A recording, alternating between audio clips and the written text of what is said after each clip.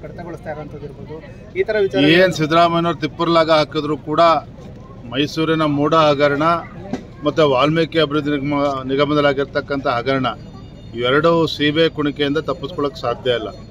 ಮುಖ್ಯಮಂತ್ರಿಗಳು ನಿನ್ನೆ ಮಾನ್ಯ ಮಲ್ಲಿಕಾರ್ಜುನ್ ಖರ್ಗೆ ಅವರು ಕೂಡ ಹೇಳಿದ್ದಾರೆ, ಇಲ್ಲಿ ಸಿದ್ದರಾಮಯ್ಯನವರು ಯಾವ ಬೇಕಾದ್ರೂ ಸ್ಥಾನದಿಂದ ಇಳಿಬೋದು ಅಂತೇಳಿ. ಅವ್ರಿಗೆ ಅನಿಸಿದೆ ಅಂತ ಹೇಳಿದ್ರೆ, ರಾಜ್ಯದ ಜನತೆಗೂ ಕೂಡ ಅನಿಸಿದೆ ಅಂತ ಹೇಳಿದ್ರೆ, ಎಲ್ಲೊಂದು ಕಡೆ ಭಂಡ ಮುಖ್ಯಮಂತ್ರಿಗಳಿದ್ದಾರೆ ಸಿದ್ದರಾಮಯ್ಯನವರು.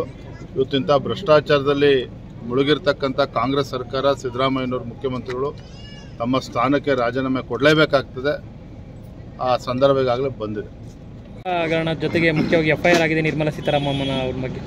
ನೋಡಿ, ನಿರ್ಮಲಾ ಸೀತಾರಾಮನ್ ಹಣಕಾಸಿನ ಸಚಿವೆ. ಎಲೆಕ್ಟ್ರಲ್ ಬಾಂಡ್ ಬಗ್ಗೆ ಒಂದು ಕೆಳ ನ್ಯಾಯಾಲಯ ಆದೇಶ ಮಾಡಿದೆ. ಅದರ ಆಧಾರದ ಮೇಲೆ ಇವತ್ತು ರಾಜ್ಯ ಸರ್ಕಾರ ಭಾಳ ತರಾತುರಿಯಲ್ಲಿ ಇವತ್ತು FIR ರಿಜಿಸ್ಟರ್ ಮಾಡಿದೆ. ಕಾರಣ ಏನಪ್ಪ ಅಂತ ಹೇಳಿದ್ರೆ, ಮತ್ತೊಂದು ಕಡೆ ರಾಜ್ಯದ ಮುಖ್ಯಮಂತ್ರಿಗಳ ಬಗ್ಗೆ, ಮುಖ್ಯಮಂತ್ರಿಗಳು ಇವತ್ತು ಭ್ರಷ್ಟಾಚಾರದಲ್ಲಿ ಮುಳುಗಿರ್ತಕ್ಕಂಥ ಸಿದ್ದರಾಮಯ್ಯನವರು ಇವತ್ತು ಇದನ್ನು ನಿರ್ಮಲಾ ಸೀತಾರಾಮನ್ ಅವ್ರ ವಿಚಾರವನ್ನು ಕೂಡ ರಾಜಕೀಯ ಬಳಸ್ಕೊಳ್ತಕ್ಕಂಥ ಪ್ರಯತ್ನ ಮಾಡ್ತಾ ಇದ್ದಾರೆ ಕಾಂಗ್ರೆಸ್ ಸರ್ಕಾರ. ಇಷ್ಟು ಮಾತ್ರ ಹೇಳ್ತೇನೆ, ನಾನು ಪಾದಯಾತ್ರೆ ಮಾಡಬೇಕು ಅಂತೇಳಿ ಹಿರಿಯರ ಜೊತೆ ಚರ್ಚೆ ಮಾಡಿ ನಿಶ್ಚಯ ಮಾಡಿದಾಗ ಯಾರಿಗೂ ಕೂಡ ವಿಶ್ವಾಸ ಇರಲಿಲ್ಲ. ಮೈಸೂರಿನ ಮೂಡ ಹಗರಣ ಇಷ್ಟು ದೊಡ್ಡದು ಆಗ್ಬೋದು, ಮುಖ್ಯಮಂತ್ರಿಗಳ ಒಂದು ಸ್ಥಾನಕ್ಕೆ ಕೂತು ಬರ್ಬೋದು ಅಂತೇಳಿ ಯಾರಿಗೂ ಭರವಸೆ ಇರಲಿಲ್ಲ. ಅದು ನನಗೆ ಭರವಸೆ ಇತ್ತು. ಕಾರಣ ಅಂತೇಳಿದ್ರೆ, ಈ ಸರ್ಕಾರ ಬಂದ ಮೇಲೆ ಮೈಸೂರಿನ ಮೂಡ ಹಗರಣ ಇರ್ಬೋದು, ವಾಲ್ಮೀಕಿ ಅಭಿವೃದ್ಧಿ ನಿಗಮದ ಆಗಿರ್ತಕ್ಕಂಥ ಹಗರಣ ಇರ್ಬೋದು, ಈ ರಾಜ್ಯದ ಜನತೆಗೆ ಅನ್ಯಾಯ ಆಗ್ತದೆ ಕಾಂಗ್ರೆಸ್ ಸರ್ಕಾರದಿಂದ. ನನಗಂತೂ ಸ್ಪಷ್ಟವಾಗಿ ಗೋಚರ ಆಗ್ತಾಯಿದೆ. ರಾಜ್ಯದ ಮುಖ್ಯಮಂತ್ರಿಗಳು ಗೌರವಾನ್ವಿತ ಸಿದ್ದರಾಮಯ್ಯನವರು ತಮ್ಮ ಸ್ಥಾನಕ್ಕೆ, ಮುಖ್ಯಮಂತ್ರಿ ಸ್ಥಾನಕ್ಕೆ ರಾಜೀನಾಮೆ ಕೊಡಲೇಬೇಕಾದಂಥ ಅನಿವಾರ್ಯತೆ ಈಗಾಗಲೇ ಬಂದಾಗಿದೆ. ದಿನಗಳನ್ನು ಎಣಿಸ್ತಾ ಇದ್ದಾರೆ ಅಷ್ಟೇ. ಯಾವ ಸಂದರ್ಭಕ್ಕೂ ರಾಜೀನಾಮೆ ಕೊಡ್ತಾರೆ. ಎರಡನೇ ಪಾದಯಾತ್ರೆ ಕೂಡ ಪ್ರಾರಂಭ ಮಾಡ್ತೀನಿ ಅಂತ ಇದ್ದಾರೆ. ಖಂಡಿತ ಅದ್ರ ಬಗ್ಗೆ ನಾವೇನು ಚರ್ಚೆ ಮಾಡಿಲ್ಲ. ಕೆಲವು ಹಿರಿಯರ ಅಭಿಪ್ರಾಯವನ್ನು ವ್ಯಕ್ತಪಡಿಸಿದ್ದಾರೆ. ಇವತ್ತು ಕೂಡ ನಿಮ್ಮದೇ ನಾಯಕರು ವಿಜಯೇಂದ್ರ ಅವ್ರನ್ನ ರಾಜ್ಯಾಧ್ಯಕ್ಷ ಸ್ಥಾನದಿಂದ ಇಳಿಸಬೇಕಂತ ಹೇಳ್ಬಿಟ್ಟು ಒಂದು ಮಹತ್ವದ ಸಭೆ ಮಾಡ್ತಾ ಇದ್ದಾರೆ. ಅದ್ರ ಬಗ್ಗೆ ಏನು ಹೇಳ್ತೀರಾ ಸರ್? ಇದೇನು ನನಗೇನು ಹೊಸದೇನಲ್ಲ. ಯಡಿಯೂರಪ್ಪನವರು ತಂದೆಯವರ ರಾಜಕೀಯ ಜೀವನದಲ್ಲೂ ಕೂಡ ಈ ರೀತಿ ಹೋರಾಟಗಳು, ಸವಾಲುಗಳು ಎಲ್ಲವೂ ಕೂಡ ನಾನು ನೋಡ್ಕೊಂಡ್ಬಂದಿದ್ದೇನೆ.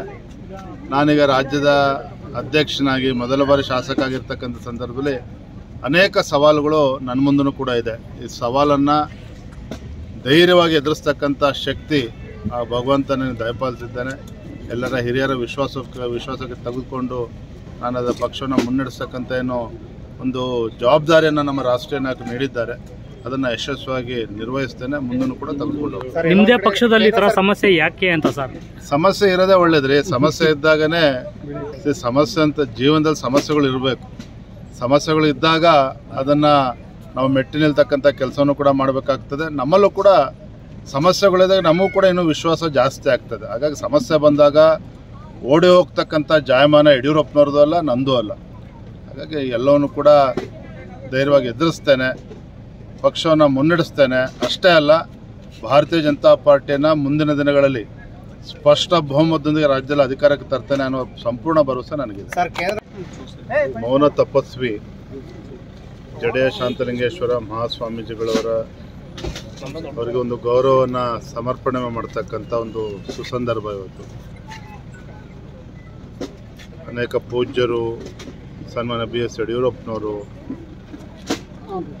ಅನೇಕ ಹಿರಿಯರು ಈ ಒಂದು ಪವಿತ್ರ ಕಾರ್ಯದಲ್ಲಿ ಭಾಗವಹಿಸಿದರು. ರಾಜ್ಯದ ಮೂಲೆ ಮೂಲೆಗಳಿಂದ ಭಕ್ತಾದಿಗಳು ಬಂದು ಇವತ್ತು ಪರಮ ಪೂಜ್ಯರ ಒಂದು ಆಶೀರ್ವಾದನ ಪಡೆದುಕೊಳ್ತಕ್ಕಂಥ ಕೆಲಸ ಆಗಿದೆ.